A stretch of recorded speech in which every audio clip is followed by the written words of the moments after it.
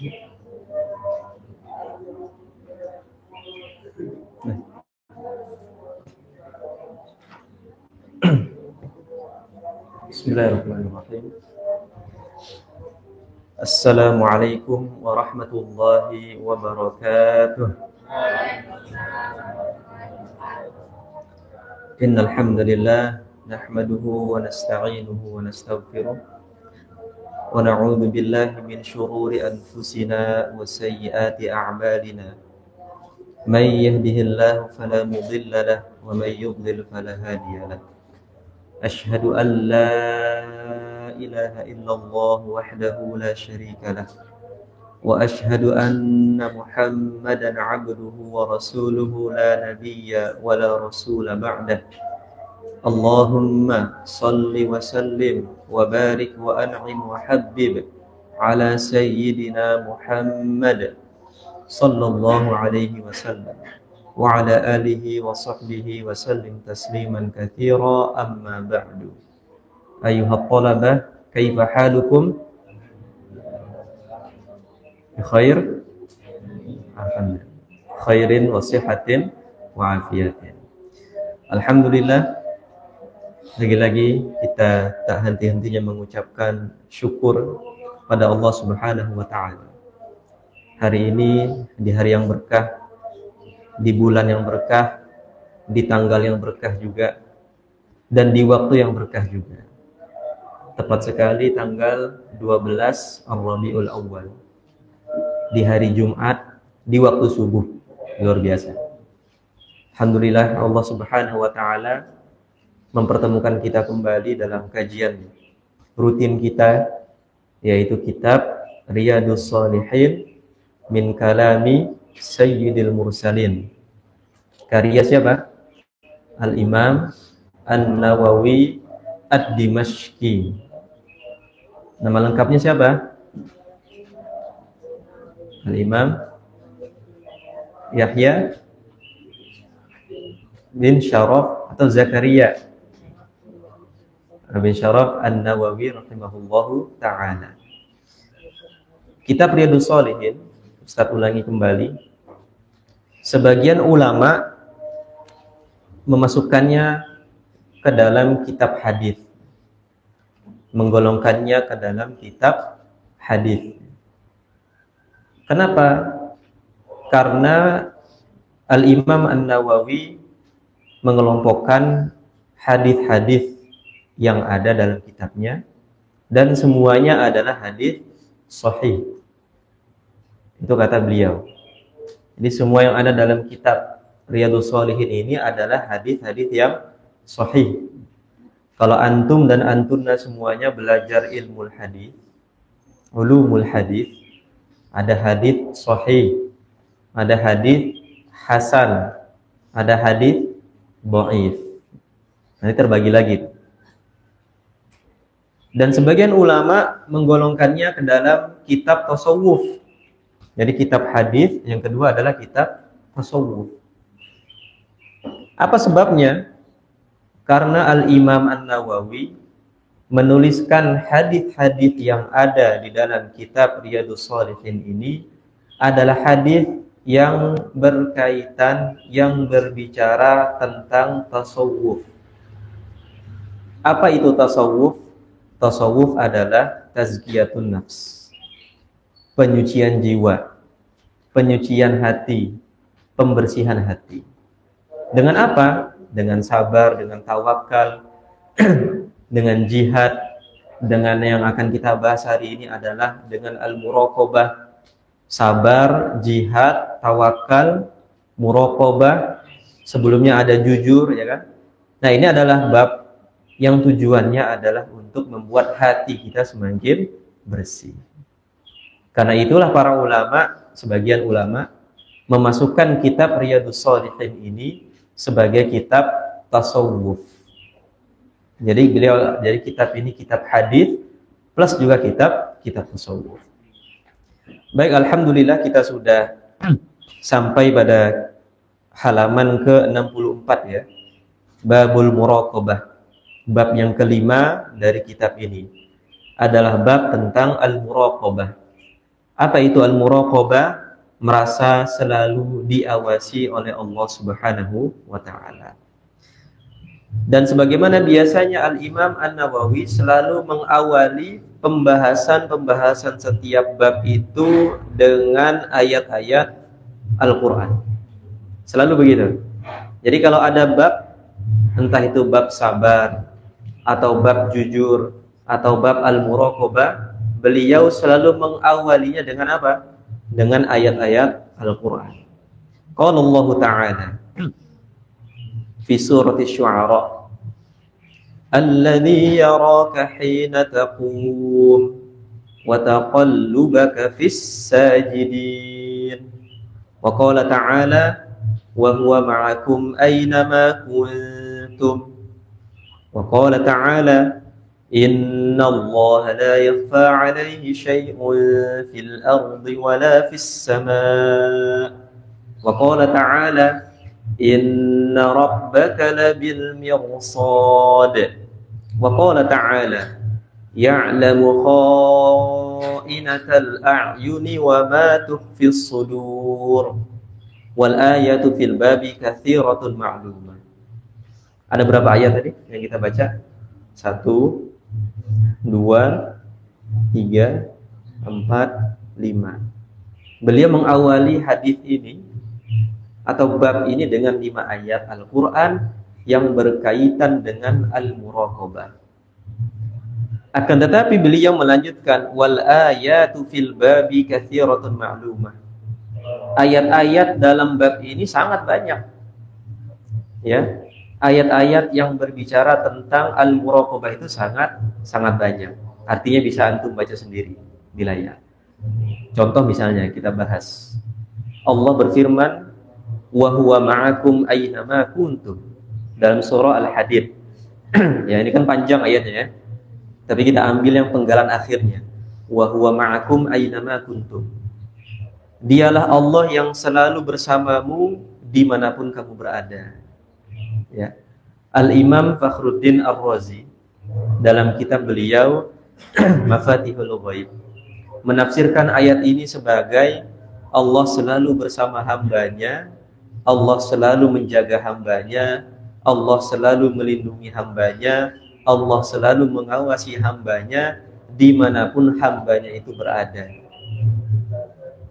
Ya, dimanapun hambanya berada, selalu di situ ada Allah yang selalu mengawasinya. Di situ ada Allah yang selalu menjaganya. Nanti ada hadis setelah ini. Dan mungkin sudah pernah dibahas oleh Ustadz sebelumnya dalam kitab Ta'limul Muta'allim ya. Hari Senin kalau tidak salah ya. Ya, Ustadz siapa itu? Nah, Ustadz menyimak juga itu di YouTube-nya. Ya. Jadi bagaimana Allah Subhanahu wa taala menjaga kita semuanya. Atau misalnya kita kulik dalam surah Asy-Syu'ara yang pertama, Allah berfirman, "Alladzi yaraka hina taqum wa taqallubaka fis sajidin." Nah, kalau kita runut dari ayat sebelumnya, apa ayat sebelum ini? "Alladzi yaraka hina taqum." Asy-Syu'ara, "Wa tawakkal 'alal 'azizir rahim." Alladzi yaraka hina taqum. Wahai Muhammad, kata Allah, bertawakallah kamu kepada Allah yang maha aziz, yang maha perkasa, yang maha hakim, yang maha bijaksana. Siapa itu Allah al-aziz? Siapa itu Allah al-hakim? Alladzi yaraka hina taqum. Dialah Allah yang selalu melihatmu ketika kamu berdiri untuk melaksanakan sholat.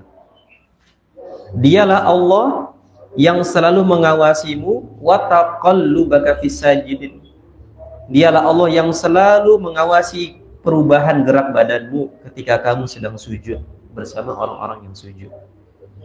Ayat ini menjadi penghibur, menjadi penguat untuk baginda Rasulullah sallallahu alaihi wasallam yang saat itu sedang menghadapi cobaan dari orang-orang kafir Quraisy. Dan itu cobaan yang tidak ringan. Kalau antum-antumna baca sirah nabawiyah, kira-kira sanggup nggak kita menghadapi itu? Belum tentu. Kalau antum baca sirah nabawiyah, bagaimana Nabi Shallallahu Alaihi Wasallam dan para sahabatnya itu diboikot. Diboikot itu diapain? Jadi pesantren ini ditutup, nggak boleh keluar, nggak dikasih makan, nggak dikasih minum, nggak dikasih akses untuk keluar. Itu diboikot. Sehingga Nabi Shallallahu Alaihi Wasallam dan para sahabatnya pun terpaksa harus makan rumput supaya bisa hidup. Dan berbagai cobaan-cobaan lain yang dilakukan oleh kafir Quraisy yang gunanya adalah untuk melemahkan Nabi Shallallahu Alaihi Wasallam dan para sahabatnya. Nah, pertanyaannya, apakah dengan itu Nabi Shallallahu Alaihi Wasallam dan para sahabatnya menjadi lemah? Enggak, justru semakin kuat. Kenapa bisa kuat? Karena Nabi Shallallahu Alaihi Wasallam punya motivasi. Beliau berdakwah itu tidak sekedar hanya berdakwah tanpa ada tujuan. Dan ketika sudah dalam posisi yang menurut kita itu susah, Allah Subhanahu wa Ta'ala pun memberikan motivasi. Wahai Muhammad, jangan khawatir. Ya. Wahai Rasulullah, jangan khawatir. Aku akan selalu membantumu, akan selalu mengawasimu, menjagamu dari berbagai cobaan, dari berbagai fitnah yang dilontarkan oleh kafir Quraisy. Ya. Sekarang Ustaz ingin tanya, apa itu al-muraqabah? Ada yang bisa menjawab? Al-muraqabah. Al-muraqabah itu kalau kita bahasakan adalah rasa selalu dekat dari Allah Subhanahu wa Ta'ala. Al-muraqabah itu berasal dari kata raqaba yuraqibu, yang artinya mengawasi. Raqaba yuraqibu berasal dari kata raqib. Benar nggak? Raqib itu apa? Yang selalu ada, selalu mengawasi. Raqib itu mirip-mirip dengan qarib. Karena qaf ra ba ra qaf ba itu kan bolak-balik aja tuh. Qarib, raqib itu dibolak-balik aja. Jadi qarib itu adalah yang selalu dekat. Raqib itu adalah yang selalu mengawasi. Al-muraqabah itu adalah kehadiran Allah Subhanahu wa Ta'ala yang selalu dirasakan oleh hamba-hambanya. Kesadaran yang dirasakan oleh hamba-hambanya bahwa Allah selalu hadir, bahwa Allah selalu mengawasi setiap gerak-gerik hambanya. Itulah al-muraqabah. Dan al-muraqabah ini, kata Al-Imam Ibnu Qayyim Al-Jauziyah dalam kitab beliau I'lamul Muwaqqi'in. Siapa tadi? Al-Imam Ibnu Qayyim Al-Jauziyah dalam kitab beliau I'lamul Muwaqqi'in. Jadi al-muraqabah itu adalah, atau rasa diawasi oleh Allah Subhanahu wa Ta'ala itu adalah fondasi dasar daripada segala ibadah-ibadah yang berkaitan dengan hati. Kata siapa tadi? Al-Imam Ibnu Qayyim Al-Jauziyah. Jadi fondasi utama setiap ibadah-ibadah hati itu seperti apa? Ikhlas, sabar, jujur, apalagi ya, kemudian tidak riya, tidak sum'ah. Itu fondasi utamanya kata beliau adalah al-muraqabah. Bagaimana seorang ingin jujur? Kita udah bahas kemarin jujur. Gimana seorang mau sabar? Gimana seorang itu mau al-jihad, bersungguh-sungguh, kalau tidak ada muraqabah di situ? Gimana seorang bisa jujur nih? Kita ambil contoh kemarin misalnya. Seorang yang selalu menjaga dirinya untuk tidak berbohong misalnya. Ya. Nah, gimana kira-kira kalau dia selalu jujur tanpa ada muraqabah di situ? Kira-kira mungkin nggak? Nggak mungkin. Kalau tidak ada muraqabah, yang dia lakukan adalah dia jujur karena ingin dipuji sebagai orang yang jujur. Dia jujur karena ingin mendapatkan imbalan dunia. Dia jujur karena ingin disanjung oleh orang lain, dipuji oleh orang lain. Tanpa ada muraqabah di situ. Sehingga yang terjadi adalah ketika orang tidak memuji dia, ketika orang tidak menganggap dia sebagai orang yang jujur, dia pun kecewa, betul nggak? Karena dia kecewa, maka dia pun banting setir, jadi pembohong. Kenapa kalau ditanya? Pesan dulu kamu jujur, orangnya baik, percuma jujur, nggak ada orang percaya. Nah, itu kan? Karena nggak ada al-muraqabah di situ. Atau yang dulunya baik, sering bantu orang, sering sedekah, sering infak. Tiba-tiba sekarang apa? Jadi orang jahat. Ditarik semuanya sedekahnya, ditarik semua infaknya. Pas ditanya, perasaan dulu kamu baik, sering bantu saya. Jawabannya apa? Percuma baik, nggak ada yang percaya, nggak ada yang menghargai saya. Mending jadi orang jahat sekalian. Karena orang jahat itu adalah orang baik yang tersakiti. Nah, itu kan bahaya itu. Kata-kata itu. Pernah dengar kata-kata itu? Itu banyak itu. Itu dijadikan pembenaran oleh orang-orang di sana yang sebenarnya dia itu jahat karena hawa nafsunya aja, bukan karena dia dikecewakan. Itu banyak itu, dan antum harus hati-hati dengan itu. Jadi orang jahat itu adalah orang baik yang kecewa, yang tersakiti. Kenapa? Karena baiknya dia adalah bukan untuk Allah Subhanahu wa Ta'ala. Dia baik karena ingin dipuji sebagai orang baik. Dia baik karena ingin mendapatkan imbalan. Dia baik karena ingin dianggap sebagai orang baik. Kalau orang sudah tidak menganggap dia sebagai orang baik, dia pun banting setir menjadi orang yang jahat. Itu satu, kita ambil contoh. Ini kita buktikan apa yang disampaikan oleh Al-Imam Ibnu Qayyim Al-Jauziyah tadi. Yang kedua apa? Ikhlas misalnya. Ikhlas. Ikhlas itu adalah kita melaksanakan ibadah hanya untuk Allah. Semuanya ya, ibadah itu kan ada ibadah yang sholat, ibadah yang zakat, ibadah yang puasa. Ada ibadah yang sifatnya adalah kita membantu orang lain, juga ibadah. Ada ibadah yang kita senyum kepada orang lain, juga adalah ibadah. Ikhlas itu fondasinya adalah al-muraqabah. Seorang yang ikhlas tidak mengharapkan apapun dari manusia. Kalau tidak ada al-muraqabah di situ, dipastikan ikhlasnya adalah palsu. Dulunya ikhlas, tapi hatinya nggak kuat. Karena dalam hatinya masih ada rasa ingin dilihat oleh orang lain. Dalam hatinya masih ada perasaan ingin dipuji oleh orang lain. Bahwa ini orang ikhlas nih. Gara-gara apa? Gara-gara orang tidak memuji dia, atau bahkan orang nuduh dia. Wah, ente sedekah buat riya nih misalnya. Wah, ente sedekah ini biar disanjung, dipuji oleh orang lain. Tidak ada muraqabah di situ. Yang terjadi apa? Dia pun tidak ikhlas. Nah, pokoknya sekarang nggak usah ikhlas, nggak ada gunanya. Kenapa nggak ada gunanya? Orang lain nggak percaya. Dikira kita riya, ya. Dikira kita sedekah itu bantu orang lain itu, ya untuk mendapatkan pujian orang lain. Padahal saya ikhlas. Dah, nggak ada gunanya ikhlas lagi. Ya, akhirnya ikhlasnya adalah ikhlas yang palsu. Dan begitulah teman-teman semuanya. Jadi berbagai amalan-amalan hati, ibadah-ibadah hati dari sabar, ikhlas, jujur, fondasi utamanya adalah al-muraqabah. Nah, kita baca hadisnya. Ini hadis panjang dan Ustaz yakin antum sudah menghafal hadisnya. Ya. Hadis pertama.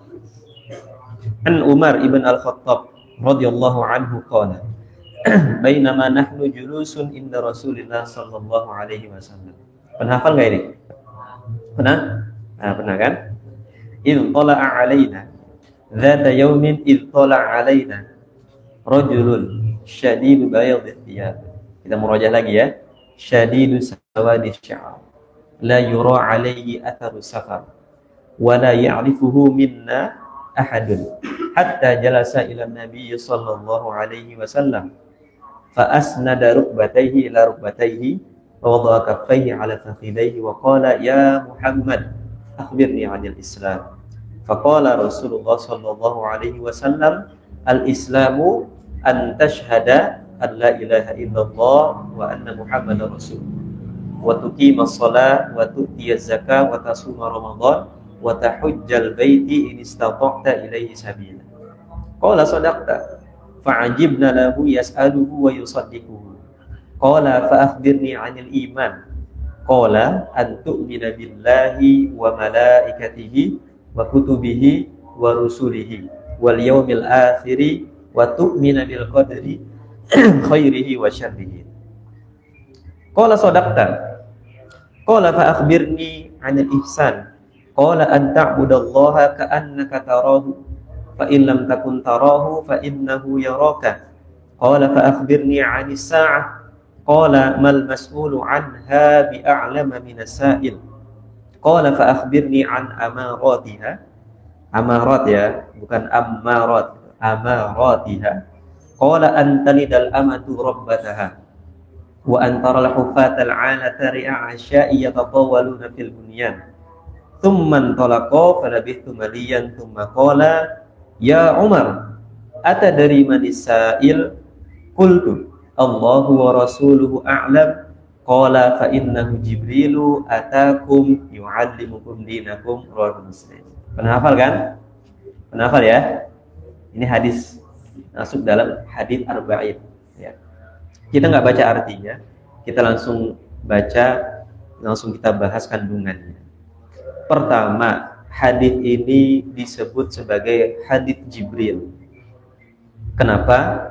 Karena dalam hadis ini adalah dialog antara malaikat Jibril alaihi salam dengan Rasulullah sallallahu alaihi wasallam. Dan para sahabatnya menyaksikan itu. Di sini malaikat Jibril menyamar menjadi seorang laki-laki yang pakaiannya putih. Syadidu bayadhi thiyab. Pakaiannya sangat putih. Syadidu sawadi sya'ar. Rambutnya sangat sawad itu apa? Hitam, aswad. La yura alaihi atharu safar wa la ya'rifuhu minna ahadun. Jadi malaikat Jibril itu menyamar menjadi laki-laki yang putih pakaiannya, menjadi laki-laki yang hitam rambutnya. Hitamnya hitam banget di sini, syadid. Dan tidak tampak nih orang habis melakukan perjalanan. La yura alaihi atharu safar. Jadi orang ini bersih pokoknya. Wala ya'rifuhu minna ahadun. Dan kita nggak tahu nih siapa nih orang ini. Jadi pelajaran dari penggalan tadi, malaikat itu kalau menyamar menjadi orang itu sempurna, ganteng, putih, sempurna. Berbeda dengan jin. Kalau jin itu menyamar menjadi manusia, menjadi orang, dia nggak sempurna. Karena kemampuannya beda dengan malaikat. Malaikat dan jin Allah berikan kemampuan untuk bisa menyerupai manusia. Bahkan jin bisa menyerupai hewan.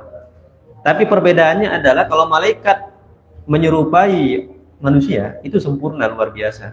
Ganteng iya, putih iya, bersih iya. Tapi kalau jin nggak sempurna. Contoh nggak sempurnanya apa? Pertama, kemampuan yang Allah berikan kepada jin itu terbatas. Jadi Ustadz ada baca buku itu adalah dialog jin muslim dengan seorang muslim, manusia muslim. Itu kalau antum lihat Shopee itu ada tuh bukunya, dialog dengan jin muslim. Pernah baca? Nah, ya itu menarik ya, situ ya. Ya walaupun itu diperselisihkan benar atau enggaknya. Tapi berdasarkan ya Ustadz juga pernah latihan ruqyah, ya meruqyah beberapa kali, punya guru-guru juga. Jadi jin itu ketika menyerupai itu dia agak sempurna karena kemampuannya terbatas. Dia saat berubah menjadi manusia, maka organ-organ yang ada dalam tubuhnya pun juga ikut berubah. Karena jin itu, teman-teman semuanya, sama seperti manusia. Manusia diciptakan dari tanah. Kita dari mana? Nabi Adam dari tanah. Kita dari mana? Jadi kita dari orang tua kita kan? Kan begitu kan? Itu Nabi Adam dari tanah. Gitu kan? Kita dari orang tua kita, bukan dari tanah tiba-tiba ada. Nabi Adam dari tanah, kemudian keturunannya pun pertemuan antara ayah dan ibunya, kan begitu. Jin juga sama. Jin itu dari api. Tapi sekarang sudah bukan api lagi. Sudah menjadi fisik, menjadi organ. Wallahu a'lam bagaimana, dari apa, ya bentuknya bagaimana. Cuman yang di situ bentuknya itu matanya seperti mata kucing, telinganya seperti telinga kucing. Itu bentuk-bentuk jin itu. Dan macam-macam. Warnanya ada merah, ada kuning dan sebagainya. Nah, ketika jin itu ingin berubah bentuk, maka organ-organnya pun juga akan berubah bentuk. Benar nggak? Benar. Karena dia kesulitan untuk berubah bentuk, maka dia akan mengalami capek, berat, ya. Karena dia capek dan berat, maka serupaannya atau manusia yang dia serupakan itu tidak sempurna. Mungkin matanya hanya satu, mungkin hidungnya nggak sempurna. Iya, betul. Mungkin mukanya nggak proporsional, nggak seperti orang yang ingin dia serupakan, ya, dan sebagainya. Tapi malaikat di sini apa? Malaikat di sini menyerupakan ya seseorang, entah ini seseorang siapa namanya, tidak disebutkan di sini, itu dengan wujud yang sempurna. Ya, itu pertama. Jadi hadis ini disebut sebagai hadis Jibril karena malaikat Jibril alaihi salam datang dalam bentuk manusia, manusia yang bajunya putih sekali, manusia yang rambutnya hitam sekali, bersih, bertanya kepada Nabi Shallallahu Alaihi Wasallam, apa itu Islam, apa itu iman, apa itu ihsan, apa itu hari kiamat, dan sebagainya. Yang kedua, hadis ini disebut sebagai ummus sunnah. Sebagai apa tadi? Ummus sunnah. Kalau Al-Fatihah itu disebut sebagai Ummul Quran, yang dimana dalamnya mencakup pokok-pokok Islam dan iman, maka hadis ini, hadis Jibril ini, disebut oleh para ulama sebagai ummus sunnah, yaitu induknya hadis. Karena di dalam hadis ini terkumpul induk-induk hadis. Ada Islam di situ, betul kan? Ada iman di situ, ada ihsan, ada hari kiamat. Sehingga kata para ulama apa? Kalau ada orang masuk Islam hari ini, ada orang datang, Ustaz masuk Islam, siap, syahadat kita, syahadat. Kelar syahadat, Ustaz buru-buru nih pengen pulang. Kata para ulama apa? Sebelum dia pulang, kasih dia bekal. Bekalnya apa? Hadis Jibril. Itu bekalnya. Karena dia ummus sunnah. Sebelum mu'allaf ini pulang ke rumahnya, sholat zuhur misalnya nanti, dia mu'allafnya, dia syahadatnya jam 11 misalnya kan, tiba-tiba dia ada urusan. Nah sebelum dia pulang, kasih oleh-oleh, nih bawa nih.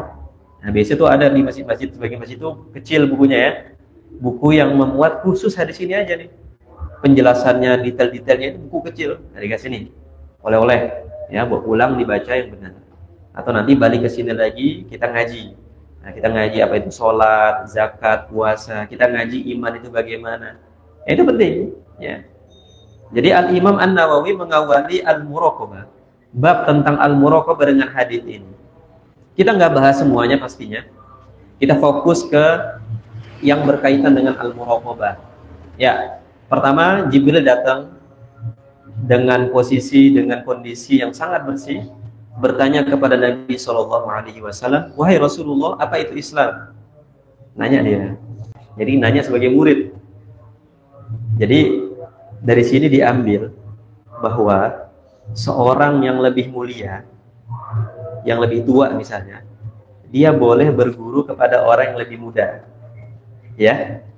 Jadi kalau antum sudah tua, sudah usia 40-50, antum nggak boleh malu untuk belajar sama orang yang lebih muda. Ustadz punya murid ngaji umurnya 55 tahun, nggak ada malu-malunya. Salah kita salahin, salah pak, ulangi lagi dari awal, tapi dengan adab-adabnya. Ini bagaimana malaikat Jibril tentu lebih mulia sebagai malaikat, datang ke Rasulullah untuk bertanya, apa itu Islam? Islam adalah syahadat, bersaksi tidak ada Tuhan selain Allah, bersaksi bahwa Nabi Muhammad adalah Rasulullah. Yang kedua apa?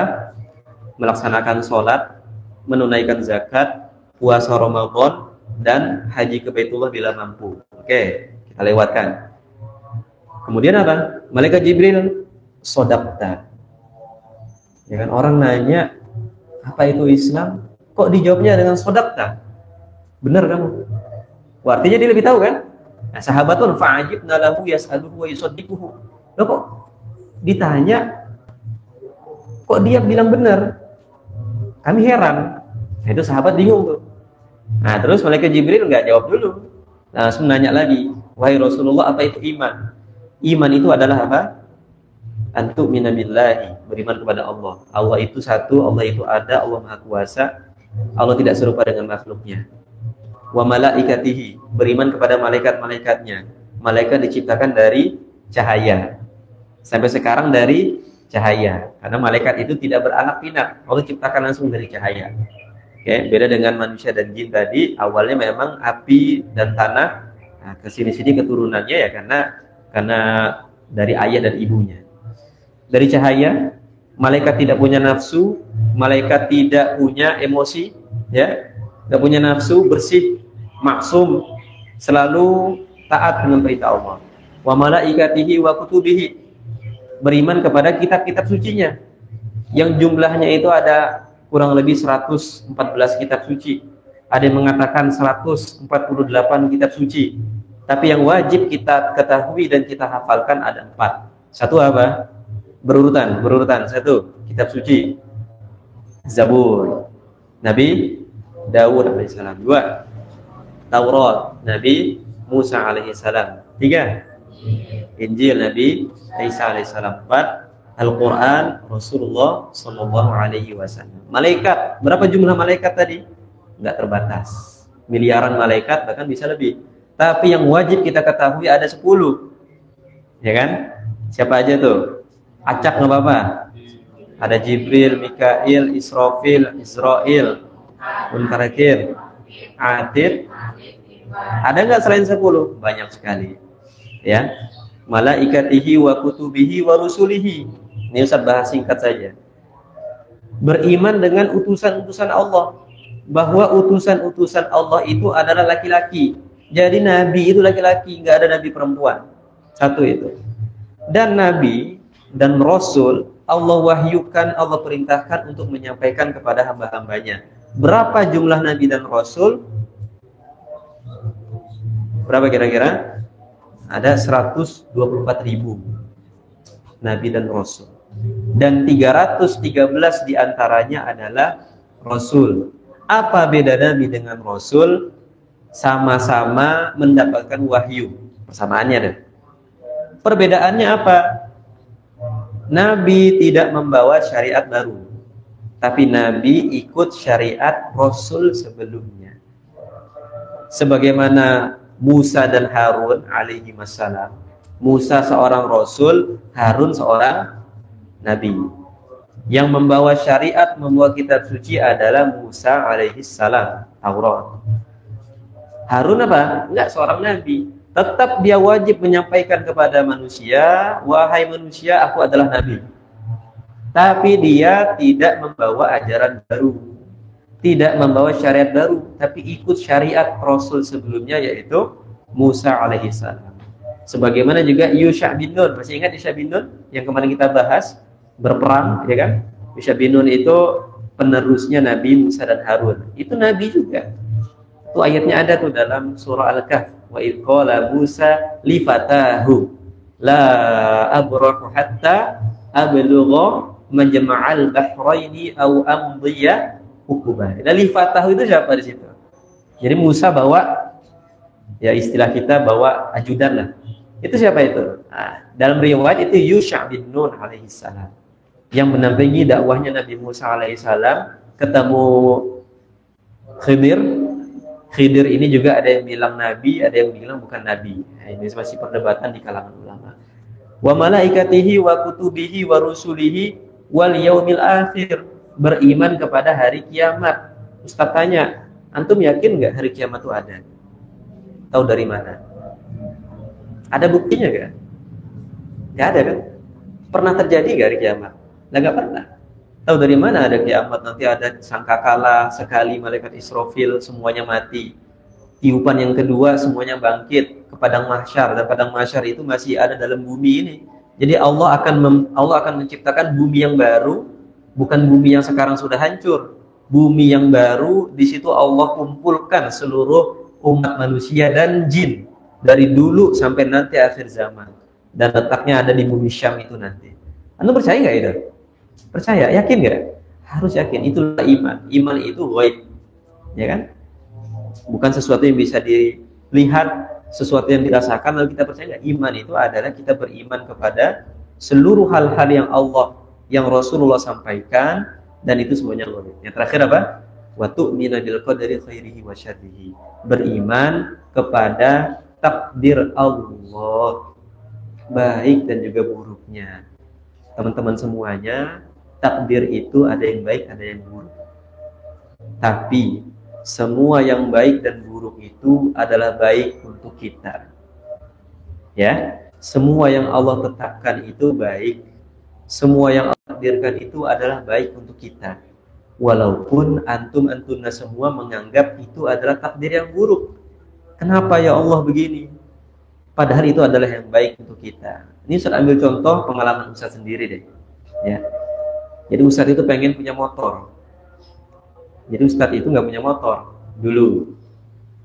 Ustaz nggak punya motor. Karena Ustaz itu baru lulus dari S1 itu, dari Sudan itu tahun 2022. Di Sudan nggak punya motor kan? Di Sudan kita belajar. Lulus dari Sudan 2022, lanjut S2 di UIN Syarif di Tua Jakarta. Ada saya pengen punya motor kan? Pengen punya motor. Akhirnya minta ke orang tua, nyampaikan.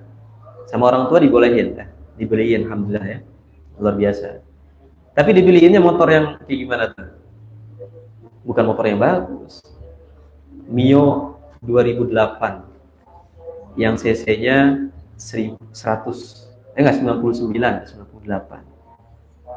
dengan kondisi yang harganya 3 jutaan. Antum bayangin deh, ada motor 3 jutaan Mio tahun 2008 cc 99. Kira-kira kuat nggak itu buat nyalip-nyalip? Enggak kan? Tapi saya dikasih itu. Bentuknya gitu lagi ya, kayak orang cebol gitu ya bentuknya. Ya, settingnya. Udahlah, Ustaz bersyukur aja. Tapi dalam hati kok begini gitu ya. Nah, Ustaz jalani aja deh. Apa yang terjadi tiba-tiba motornya mati di tengah jalan. Dibawa ke bengkel, terus diperbaiki, rusak lagi, terus diperbaiki, rusak lagi. Itu aja setiap hari. Bolak-balik dari sini ke Ciputat kan, UIN Syarif, bolak-balik kuliah, bolak-balik kuliah. Itu nggak bisa ngebut itu. Kalau ngebut pasti mati itu. Karena harganya udah 3 juta, tuh bayangin harganya 3 juta, dapat motor. Ya, akhirnya Ustaz harus bertahan di kecepatan ya 30-40 lah. Itu kan itu pelan banget ya. 30-40 pelan banget. Adalah bismillah aja. Sambil sholawat ya kan. Siapa tahu Allah berikan yang lebih baik. Singkat cerita, motornya rusak. Dan Ustaz harus perbaiki dengan harga 2 kali lipatnya 4 juta. Ya kan? 4 juta perbaiki. Setelah diperbaiki, akhirnya karena Ustaz kan ikut MTQ ya di Bangka Belitung, di nasional juga dapat duit kan, MTQ kan, juara MTQ dapat duit. Ya udahlah, motornya kita jual motornya. Ustaz jual harga yang murah. Ustaz beli lagi motor yang mirip-mirip dengan itu, tapi motor gigi, motor Supra X 125 cc yang bagasinya helm in, bisa masuk helm di situ. Nah, itu sama bermasalah juga itu. Nah, Ustaz nggak tahu, jujur Ustaz karena nggak pernah punya motor. Saat beli motor itu gampang ketipu Ustaz. Bagus ini Pak, bagus. Ternyata apa? Mesinnya itu berasap. Jadi Ustaz beli itu sudah berasap mesinnya.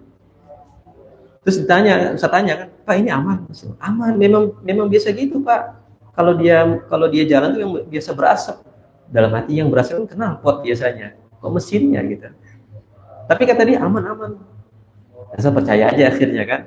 Terus tengah jalan mati lagi. Lagi di Ciputat mati. Dan itu nggak bisa ngebut, karena kalau ngebut yang terjadi adalah motornya semakin geter. Kalau geter, asapnya makin banyak dari kiri ke kanan, dan itu bau oli. Bayangin, itu saya pernah ngalamin itu. Jadi antum lampu merah ada fogging tuh, tiba-tiba ada fogging. Iya, saat ngalamin itu. Begitu terus, singkat cerita, Ustaz dapat rezeki lagi. Akhirnya motornya Ustaz perbaiki, yang motor Supra X ini. Ya, itu nggak bisa ngebut ya. Ustaz perbaiki, Ustaz kasih ke sepupu. Kebetulan kita ada sepupu kan, kita kasih sepupu, dia juga butuh. Ini buat antum aja, silahkan dipakai. Kan udah milik antum, terserah mau diperbaiki, mau dimodif, mau dijual lagi nggak masalah. Ya hitung-hitung kita saling membantu lah kan, doain saling mendoakan. Akhirnya beli yang sekarang ada Beat Street. Nah Beat Street alhamdulillah itu harganya 15 juta tuh. Nah kan dari harganya udah ketahuan kan. Dia bisa cepat, bisa nyalip dan sebagainya. Ustaz merenung, kira-kira apa hikmah di balik ini? Ternyata hikmah yang saya dapatkan apa? Satu, Ustadz selama di Bangka Belitung, ada kan Ustadz Bangka Belitung ya, kesini karena kuliah aja. Ustadz di Bangka Belitung itu hampir nggak pernah naik motor, paling sesekali aja. Karena di Bangka Belitung itu aksesnya gitu-gitu aja, ya nggak perlu motor dari sini ke tempat lain, nggak. Paling motor sekali, ya kita ke masjid jalan kaki, kita ngajar jalan kaki, ya sesekali aja motor. Dan di Bangka Belitung itu nggak pernah ada macet, nggak ada Bangka Belitung macet. Antum main deh ke Bangka Belitung tuh nggak ada macet di sana. Orangnya dikit, jalanannya cukup luas, rumah itu dari satu rumah ke rumah yang lain itu masih ada jarak 2 meter, 3 meter itu. Bukan dempet-dempetan kayak di ibu kota. Jadi Ustaz nggak pernah ngerasain macet. Tuh kan, bayangin tuh, nggak pernah naik motor, nggak ada macet, tiba-tiba ke Jakarta yang jalanannya bercabang, ada 4 simpang, bahkan 5 simpangnya. Bayangin dong. Dan saling nyalip, nggak ada ngalah. Lampu merah aja karena diterobos kan, ya kan, nggak ada ngalah. Kita yang benar diklaksonin kita. Itu. Akhirnya itu dari situ saya berpikir, oh ini hikmahnya. Kalau dari awal Ustadz sudah dikasih motor yang bagus, dengan harga yang bagus, kualitas bagus, bisa nyalip, apa yang terjadi kira-kira? Pasti Ustadz kecelakaan. Bener gak? Kecelakaan. Karena Ustadz nggak pernah punya pengalaman naik motor. Tiba-tiba Allah beri motor yang bagus, bisa nyalip ke orang, udah otomatis itu. Antara Ustadz nabrak orang atau ditabrak orang. Dan terjadi loh, akhirnya Ustadz kecelakaan naik bis street itu. Ditabrak orang lagi. 2 kali lagi ditabrak orang. 2 kali dalam satu waktu, bayangin. 2 kali dalam satu waktu. Jadi sudah jatuh tertimpa tangga. Ustadz lagi jalan, berangkat ngajar, lagi di motor, jatuh kan? Jatuh karena licin, karena hujan. Licin. Udah jatuh, tabrak orang. Selesai kan? Tabrak lagi dari belakang sama orang. Ya udah, mau gimana terjadi, hancur motornya. Tapi Ustadz, karena Ustadz males bermasalah ya, Ustadz senyumin aja. Gimana Pak? Aman, aman. Aman dah. Silakan Pak, lanjut lagi. Gitu. Ikhlas aja. Ya kan takdir, mau gimana lagi? Antum mau marah sama siapa? Mau sama orang, terus tuntut begitu, minta ganti rugi, ya silahkan aja, nggak masalah. Tapi Ustadz lebih memilih apa, ya Allah, semoga engkau berikan ganti yang lebih baik dari ini. Ustadz doanya gitu aja. Anggaplah Ustadz dalam posisi yang terdolimi. Ya Allah, semoga dengan ini engkau berikan ganti berupa apa? Kemudahan. Kemudahan dalam urusan, dalam rezeki. Dari situ apa? Kuliah lancar, ngajar lancar, S2 tepat waktu, sekitar 4 tahun, 2 tahun kurang. Sekarang dengan izin Allah bisa S3. Antum tahu nggak biaya S3 itu berapa? S3 itu puluhan juta biayanya. Ustaz 80 juta. Duit dari mana 80 juta? Bayangin itu. Tapi Allah berikan kemudahan-kemudahan di situ. Karena kita ikhlas ridho dengan ketetapan Allah. Saat ada musibah yang menimpa kita, Ustaz ingat hadis ini. Wa tu'mina bil qadri khairihi wa syarrihi. Ustaz ingat ayat juga, asa an takrahu syai'a wa huwa khairul lakum wa asa an tuhibbu syai'a wa huwa syarrul lakum. Ingat itu. Bisa jadi yang engkau benci itu adalah baik untukmu, dan bisa jadi yang engkau suka itu adalah buruk untukmu. Artinya apa? Semuanya baik di sisi Allah Subhanahu wa taala. Ya. Jadi antum, ini kita belum masuk ke muraqabah nih, baru takdir ini. Ya, nyambung dikit lah ke al-muraqabah. Jadi antum, apapun yang antum hadapi, yakinlah semua itu adalah khairul lakum. Adalah baik untuk antum semuanya. Jangan pernah antum menyalahi takdir. Oh, gara-gara ini nih, akhirnya nggak jadi gini. Enggak boleh begitu. Ya, pokoknya jalani aja, Allah berikan yang terbaik. Oke, itu iman. Yang ketiga apa? Tentang al-ihsan. Nah, ini kita akan bahas singkat. Ya, al-ihsan. Setelah malaikat Jibril alaihi salam bertanya kepada Rasulullah SAW tentang Islam, iman, nah, dia jawab lagi, qala shadaqta, benar, benar. Nah, terus nanya lagi, qala fa akhbirni 'anil ihsan. Wahai Muhammad, wahai Rasulullah, jelaskan kepadaku tentang al-ihsan. Ihsan an ta'budallaha ka'annaka tarahu fa in lam takun tarahu fa innahu yaraka. Nah, ini poinnya. Teman-teman semua fokus di sini ya. Fokus di ihsan ini. Ihsan itu adalah engkau menyembah Allah. Ka'annaka tarahu, seolah-olah engkau sedang melihatnya. Fa illam takun tarahu fa innahu yaraka. Tapi kalau engkau belum bisa melihat Allah, belum mampu untuk melihat Allah, maka yakinlah Allah selalu melihatmu. Ini pegangan ini adalah ya, hadis ini adalah menjadi motivasi antum saat sedang beribadah. Kita ambil contoh misalnya saat sedang sholat. Maka saat sholat, yakini dengan seyakin-yakinnya anta'budallah, engkau sholat seolah-olah engkau sedang melihat Allah. Tapi saat sedang sholat tidak melihat Allah, maka yakinlah Allah melihatmu. Sholat atau sholat. Saat seorang muslim sudah yakin dengan seyakin-yakinnya ihsan ini yang dia terapkan dalam sholatnya, insya Allah sholatnya khusyuk. Setuju nggak? Insya Allah sholatnya tenang. Insya Allah sholatnya tidak buru-buru.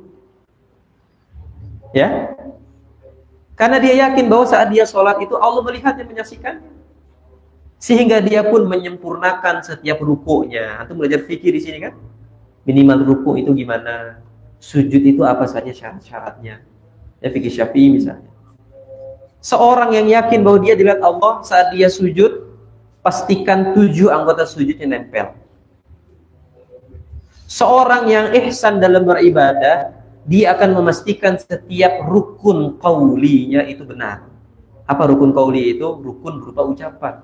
Al-Fatihah, tahiyat akhir, salam, sama takbiratul ihram. Dia memastikan mengucapkan takbiratul ihramnya dengan Allahu Akbar. Benar tuh Allahnya, bukan Allah. Orang Indonesia kan biasa gitu kan, Allah, A-W-L-O-H, Allah.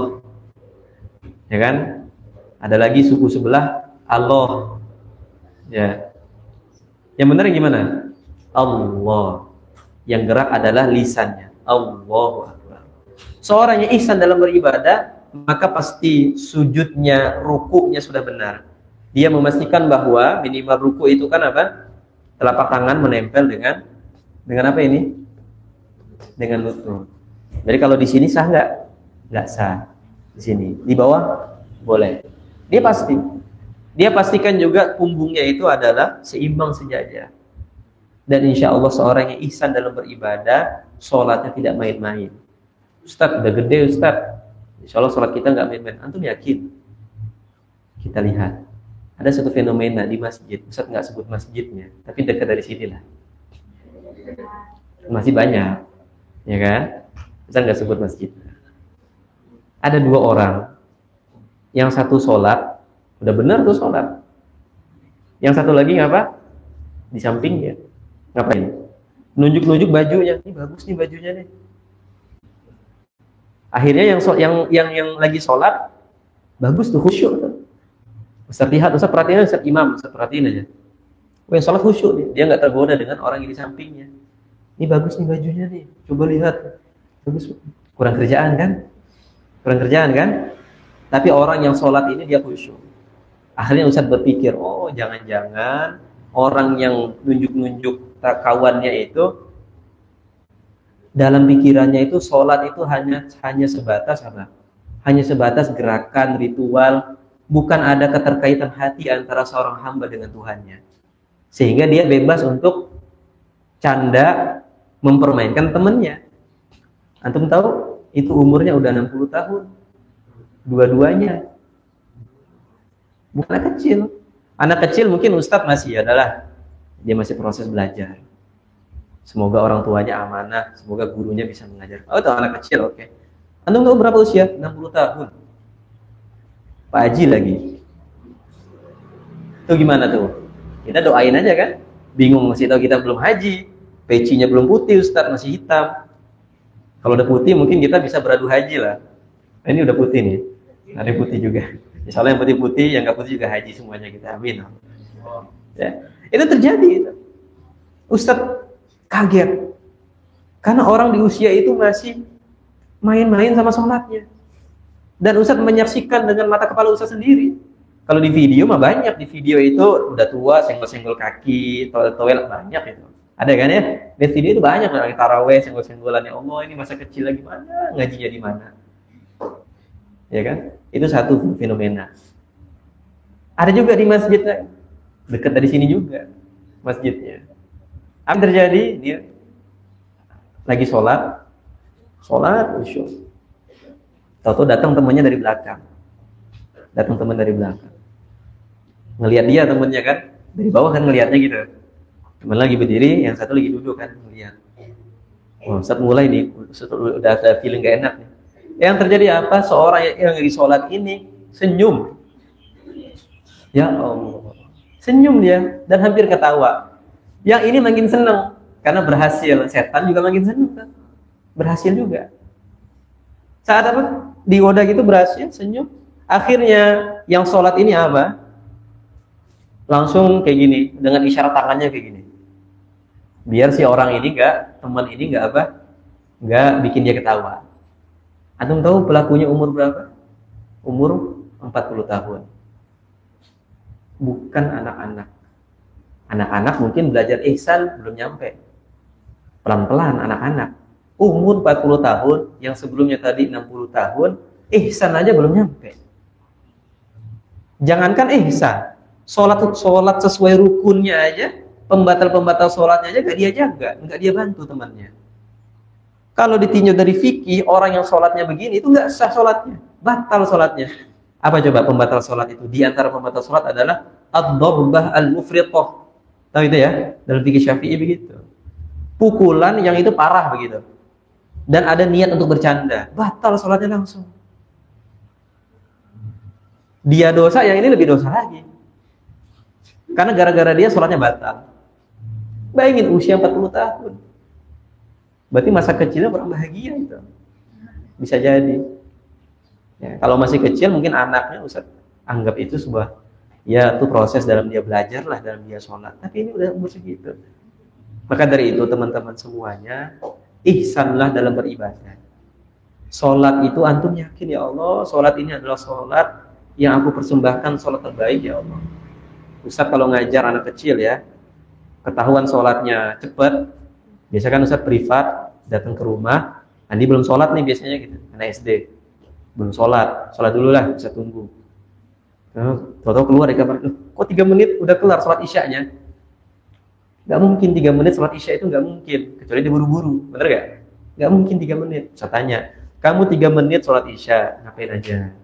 Ya sholat ini kok benar sholatnya? Gak mungkin. 3 menit itu dibagi 4, berarti 1 rakaat itu gak sampai semenit. Bener kan? Sementara isya itu, kalaupun isyanya sholatnya sir, tidak jahar, minimal dia ada Al-Fatihah, surat pendek. Oke lah, nggak baca surat pendek, tapi dia bilangnya baca surat pendek. Setelah itu apa? Ada rukunya. Ruku kan tumakninah. Tumakninah itu minimal 2 detik lah. I'tidal 2 detik. Sujud 2 detik juga. Itu harusnya berapa menit kira-kira? 1,5 menit itu.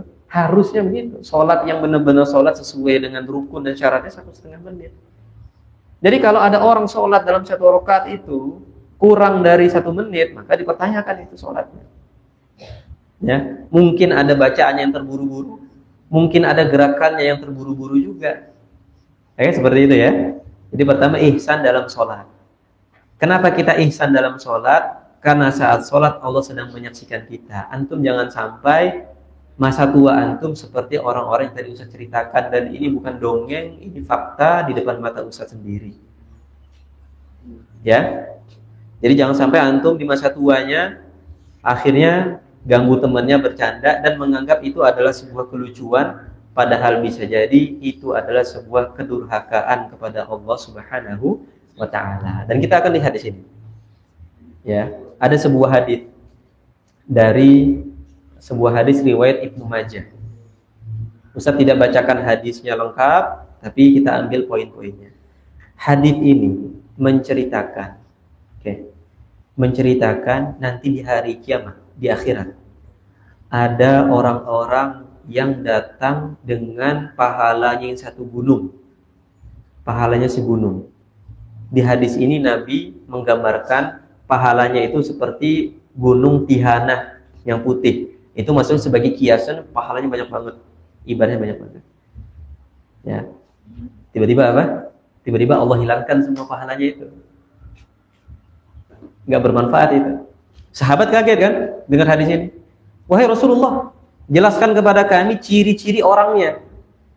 Kok bisa dia begitu, datang dengan pahalanya yang banyak, saat di akhirat nanti habis pahalanya oleh Allah.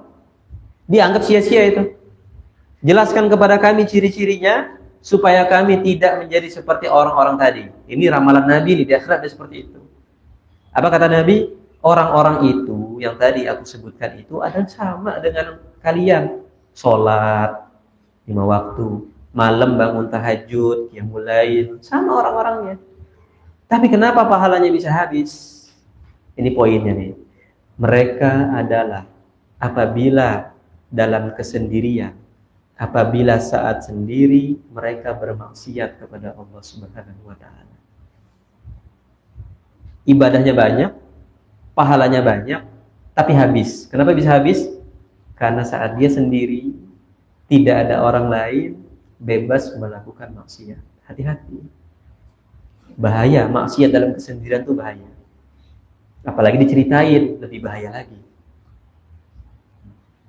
Maksiat dalam kesendirian, masih ada peluang diampuni Allah kalau dia taubat sungguh-sungguh. Tapi kata Allah apa? Kata Rasulullah SAW, kullu ummatin mu'afan illal mujahirin. Seluruh umatku yang taubat dari maksiatnya, dosanya diampuni oleh Allah, kecuali al-mujahirin. Al-mujahirin itu adalah orang yang bangga dengan maksiatnya, orang yang menceritakan keburukannya, menceritakan aibnya, padahal sudah Allah tutup aibnya itu. Hati-hati. Antum kalau maksiat, cukup antum dengan Allah aja sudah. Antum mohon ampun kepada Allah. Selagi antum masih ada rasa penyesalan dalam hatinya, ya Allah, aduh, kejadian lagi kan. Padahal kemarin udah taubat, udah gak mau ngulangi lagi. Kejadian lagi. Selama masih ada rasa penyesalan, tandanya Allah masih sayang dengan antum. Tapi kalau sampai antum ceritakan itu kepada teman-teman, semalam habis ini, kemarin habis ini, ya itu maksiat. Hati-hati. Ya. Kata Nabi SAW apa tadi? Seluruh umatku dimaafkan kecuali orang-orang yang bangga memamerkan kemaksiatannya. Dan kembali ke hadis yang pertama tadi, orang yang datang dengan ibadahnya segunung bisa habis karena sering melakukan maksiat sendiri. Ya, khususnya karena kita laki-laki, buat yang laki-laki, yang akhwat juga yang perempuan. Hati-hati maksiat dalam kesendirian. Ini juga nasihat buat diri Ustaz sendiri. Saat dengan sendiri, jangan lama-lama sendirinya, cari teman. Karena sendiri itu bisa menimbulkan fitnah. Sendiri itu bisa menimbulkan was-was, bisikan-bisikan setan. Yang awalnya kita nggak melakukan itu karena setan bisik-bisik terus, hanya kita melakukan itu. Jangan. Ya. Nah, kita lihat teman-teman semuanya di hadis ini apa tadi? Anjuran bagaimana seorang muslim harus selalu merasa diawasi oleh Allah Subhanahu wa taala. Kalau ada seorang bapak misalnya bilang ke anaknya begini, "Nak, jangan makan coklat ya." Ya contoh ya, contoh sederhana. Jangan makan coklat, nanti giginya sakit. Tapi enak, ayah. Ya tapi jangan, nanti ada saatnya makan coklat. Tuh. Atau habis makan coklat, kamu sikat gigi. Melanggar si anak ini kan? Ya kan? Melanggar. Karena dorongan untuk melakukannya, melanggarnya lebih kuat gitu. Terus kata bapaknya apa? Bapaknya marah. Kalau kamu makan coklat lagi, sekali lagi ketahuan sama bapak, bapak akan hukum. Ayah akan hukum. Pernah ngalamin itu enggak? Kalau ketahuan sama ayah, kalau ketahuan sama abi, ketahuan sama umi begini, ada hukumannya. Pernah ngalamin itu? Pernah. Nah, kira-kira ucapan seorang ayah itu benar atau enggak kira-kira? Seperti itu. Bisa benar, bisa enggak? Benernya gimana? Kalau seorang ayah mengatakan itu, kemudian dia menjelaskan, "Nah, Allah melihatmu. Walaupun tidak ada abi, nggak ada umi, nggak ada ayah, nggak ada ibu, Yang melihatmu, Allah melihatmu. Setiap gerak-gerikmu semua sudah dicatat, disaksikan oleh Allah Subhanahu wa taala.